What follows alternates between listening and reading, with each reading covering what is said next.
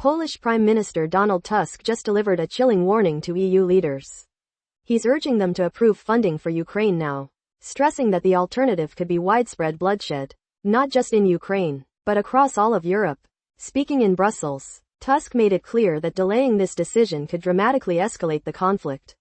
His words were stark: "Now we have a simple choice, either money today or blood tomorrow." And I'm not talking about Ukraine only. I'm talking about Europe. He emphasized that this vital decision rests entirely with European leaders, urging them to rise to this critical moment. What's your take? Subscribe for more updates. And if you'd like, you can support us on.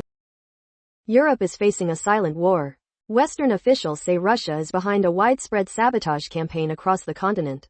From damaging train lines in Poland to warehouse fires and cyber attacks. These aren't just isolated incidents. An Associated Press database links over 145 incidents to Russia, aiming to weaken support for Ukraine and create division. While physical damage has been minimal so far, these acts are a huge drain on European security services. Russia often uses foreign criminals as proxies, making investigations complex and costly for Europe.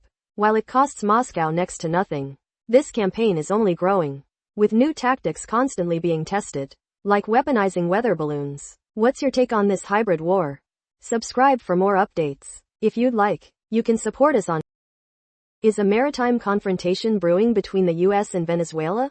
Tensions are skyrocketing as Venezuela has begun using its navy to escort oil tankers out of its ports. This bold move comes directly after former US President Donald Trump declared a total and complete maritime blockade targeting Venezuela's oil exports.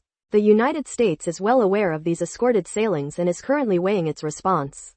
Trump had previously claimed Venezuela stole assets and significantly increased the U.S. military presence in the Caribbean, officially for counter-narcotics operations, but now seen as a pressure tactic. Experts are warning that imposing a naval blockade brings both nations dangerously close to direct military conflict. What's your take on this escalating situation? If you'd like, you can support us on PayPal. Subscribe for more. Did Zelenskyy just expose Putin's lies with one powerful visit? Ukrainian President Zelenskyy's recent trip to Kupiansk is making waves internationally. He says this visit had a massive impact on his conversations with Western leaders. Why? Because being there in person, at this critical rail hub, directly contradicted Moscow's false claims of occupying new territories. For weeks, Russia asserted they had taken or encircled Kupiansk, but Ukraine consistently denied it, even launching a successful counteroffensive there. Zelenskyy's presence on the ground not only uplifted his troops but also provided undeniable proof to American and European partners, strengthening Ukraine's position and debunking Russian disinformation directly. It's a powerful move to expose the truth. What's your take on this development? Subscribe for more updates. If you'd like, you can support us on